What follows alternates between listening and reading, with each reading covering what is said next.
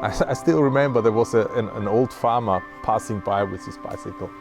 And so he asked me, "Hey, Freddy, what are you doing?" And I said, "I'm looking for earthworms." And he didn't even give me an answer. He just shook his head. So what a stupid guy. And just drove by. I'm an organic farmer and entrepreneur. My name is Alfred Grant. We are here at the Grant Garden. This is a market garden and it's part of Grant Farm. When I was young, we had a conventional farm, we were plowing, we were focusing on sugar beet and some winemaking, and we had the restaurant. And I was in a very basic professional farmer school, and we learned about composting, thermophilic composting, so composting with high input and high temperatures. And I was interested just from a business side.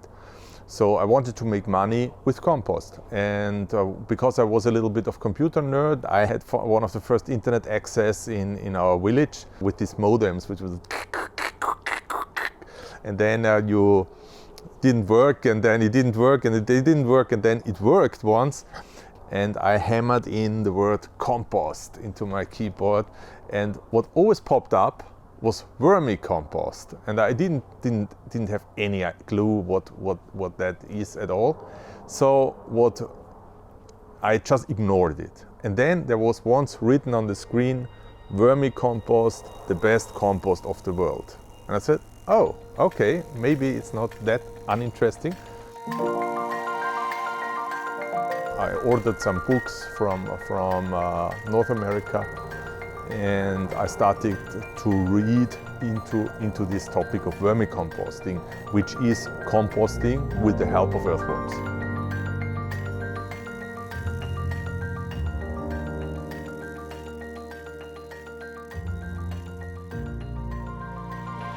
We made a lot of tough decisions, for example, to stop winemaking, because winemaking was on the farm for generations. And I was even afraid that my parents say, okay, why did you stop winemaking? But I knew that I can't do both. I can't expand my winemaking and at the same time expand my vermicomposting. And then I thought, okay, I'm one of 30,000 wine farmers, winemakers in Austria. And on the other side, I'm nearly the only vermicomposter at that time all over Europe. I thought, okay, where do I see more potential?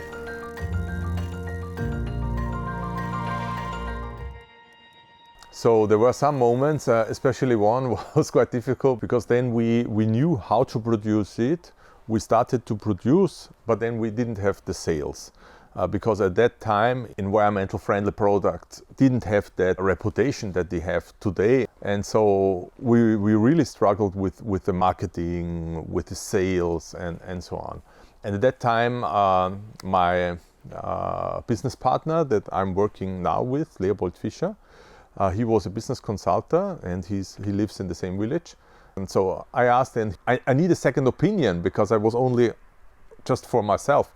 And I was not sure if I'm running blind into something crazy, because a lot of other people already said I'm crazy trying to sell earthworm shit in boxes, which could be kind of weird business model.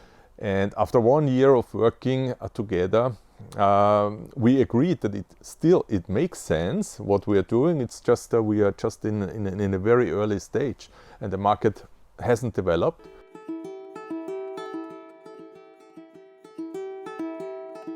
And so we decided to source out all of the activity, composting, vermicomposting, out of the farm, found a new company, a limited, Vermigrant, and start from scratch, and then it started rolling. It was a relief, because I thought, okay, this is the thing with a huge potential, and this is the future, and we have to go in this direction. And because meanwhile, it was not only a business thing for me, a business model or something to make money, but I learned so many things with getting into this topic.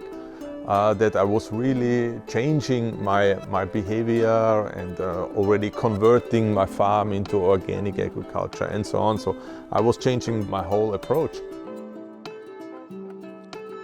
It was really good to have the farm as a backup, because otherwise we couldn't have afforded to have that quite long developing process. So we would have went bankrupt if we wouldn't have that backup of the farm in the background. And I think not everyone wants to take that risk. I'm happy if everyone takes the risk, but I'm sure not everyone has the comfort to say, okay, I'm risking half of my farm or whatever. So I wouldn't recommend it to everyone, but at least it's not boring. I can promise.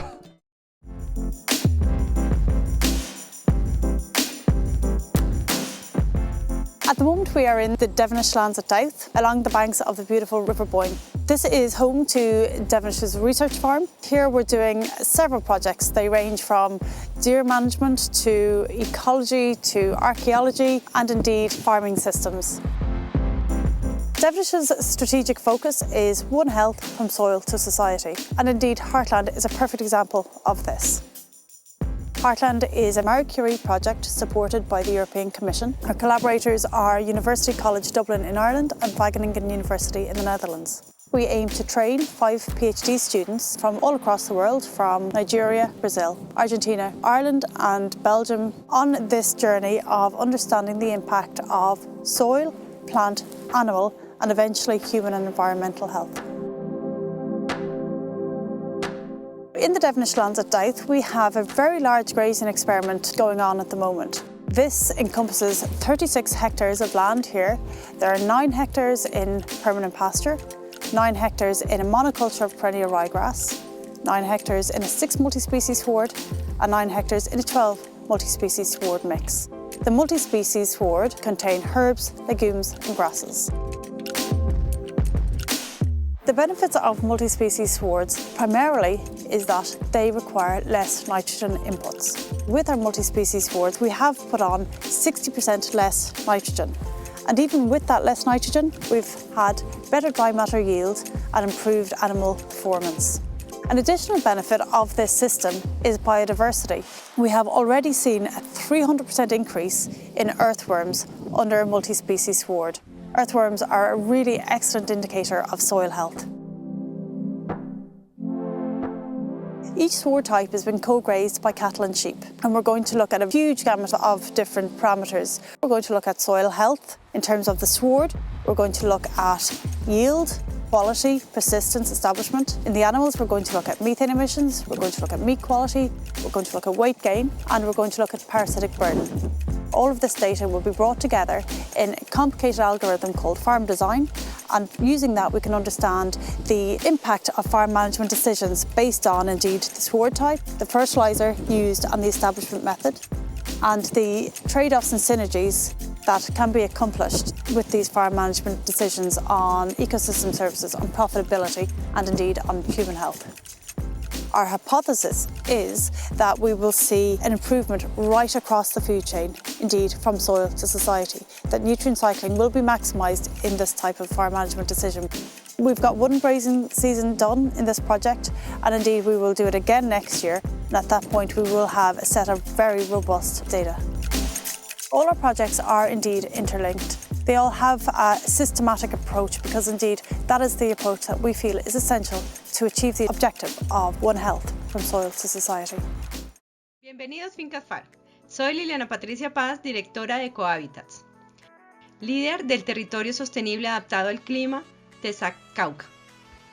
Los Cerrillos es una vereda que se encuentra en la zona rural del municipio de Popayán, departamento del Cauca, Colombia, Suramérica. Su altura sobre el nivel del mar es de aproximadamente 1.700 metros, lo que la clasifica en una zona de clima templado.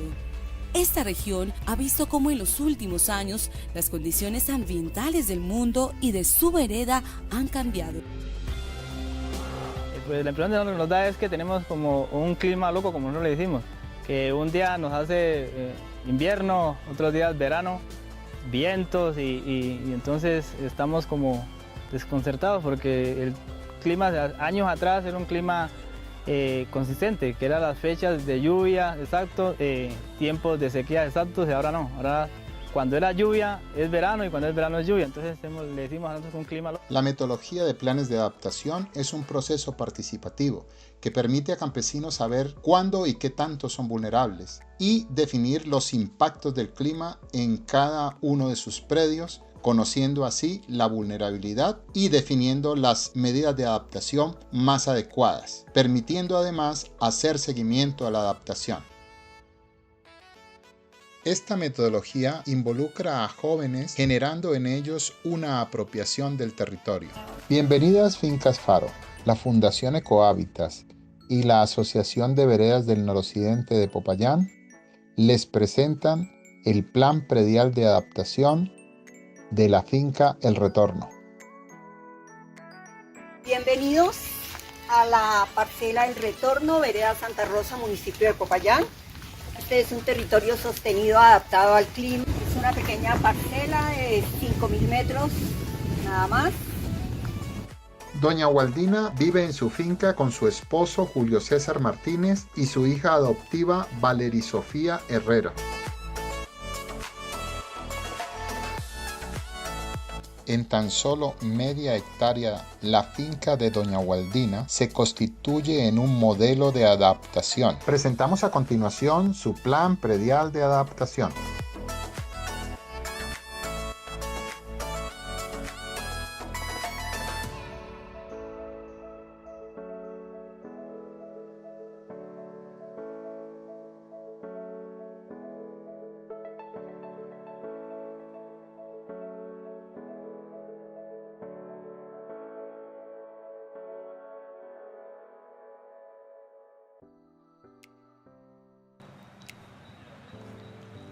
Ahora produce y comercializa los abonos orgánicos que utiliza en su predio.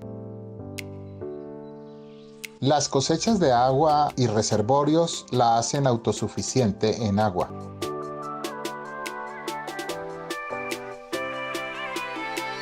Produce su café orgánico El Retorno. La finca es autosuficiente en energía solar, reduciendo así sus emisiones de carbono. Fincas Faro, muchas gracias por haber visitado nuestro territorio adaptado al clima. Hoy nos despedimos desde la parcela El Retorno. Muchos éxitos. Chao.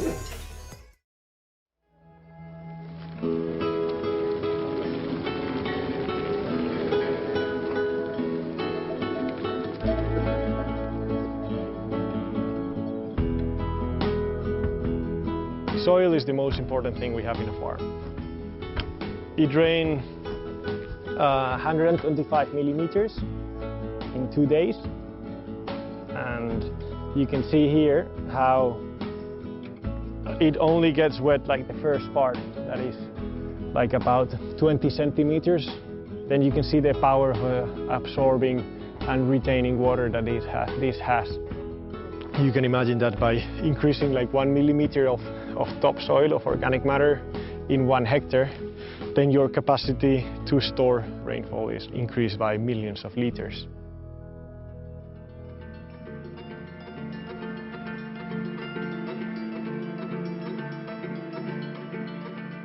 I remember we were in the kitchen, I think having dinner with my father. I think I was 10, 12 years old, and we were talking about the farm and how he was worried that it seemed that the plots were getting more stony and more rocky every year. There seemed to not be an answer for that. It was happening to every other farm. People assumed that that's how it was. So I was quite shocked about it, and from that moment on I was quite interested or worried in finding solutions to that. Years later I started hearing more about organic farming and regenerative farming. They seem to have answers to not only not pollute the soil, but also to improve it and reverse that process of getting a more and more stony land. The climate that we have here in this region is a really harsh one. They're very close to a desert climate. Our biggest challenge here is the water. how do we get the most water in the ground? And how do we keep it? How do we make sure it doesn't leave the farm? How do we make sure we use most of it? And it's a big challenge. When you drive here, you see the landscape being a brownish. And then sometimes you see these really super green patches, which is broccoli and lettuce farmers. That's a crop that extracts a huge amount of water from the aquifers. Unfortunately, it happens a lot and it's very profitable. So every farmer gets the offer to have his land rented out to a big supermarket, and they use it for 5 years and then it's depleted to the bone. It doesn't make any economic sense to mine something and to mine your farm and then do it for a few years and then you cannot use it anymore. My father always told us that he saw himself as a steward of the land and that his goal and duty was to manage it and pass it on to the next generation. The farm that we live in has been in the family of Alfonso for 200 years. Until 7 years ago, we had mainly a monoculture of grains. I thought there was room for improvement and for new ideas. Most of them were related with a more organic, regenerative concept of farming. Regenerative agriculture is basically a set of practices that are good for the soil, that are healthy, that are increasing fertility on the land. Some of these practices are about water management, like ponds, swales, sediment traps. Others are more about the soil, like using compost, having ground cover. Others are more about biodiversity, like making natural areas where insects and pollinators can live. So there's a more holistic view of farming in which you include livestock, in which everything relates a lot more to each other. I think farms should be constant innovation and experimental places. I came with all these ideas of basically trying to do new things. The answer in general, it is surprisingly always a no, like that's not possible. Trying to grow other varieties of wheat or barley or rye, no, that doesn't work here. Well, then we tried and most of them, they did work here. In the case of almonds now, this is too cold and high for almonds, but then we have a lot of almonds and it works even a lot better than grains. Growing pistachios, yeah, that doesn't grow here, but it's quite surprising because nobody even tried, so how do you know it doesn't work? We're trying to do these swales, well, it's not going to work, they're going to break down and they're not really hold that much moisture. We had 125 liters of rain in 2 days, in 48 hours, which is a lot. And one of the things that we do on this farm to manage rains and to capture as much water as we can is by making swales. And swales are basically contour trenches and they stop the water. And then the water gets redivided amongst the contours of the plot. So there you can still see that there's a little bit of water. So you really see how much sediment it got. This much. And the 10 centimeter topsoil is basically where you have the nutrients. They are the ones that have the minerals, the organic matter. So this is the stuff that you want to keep on your land. And normally, it would have all flooded away. So with this farm, we're really trying to showcase the possibilities and also give some tools to do this transition.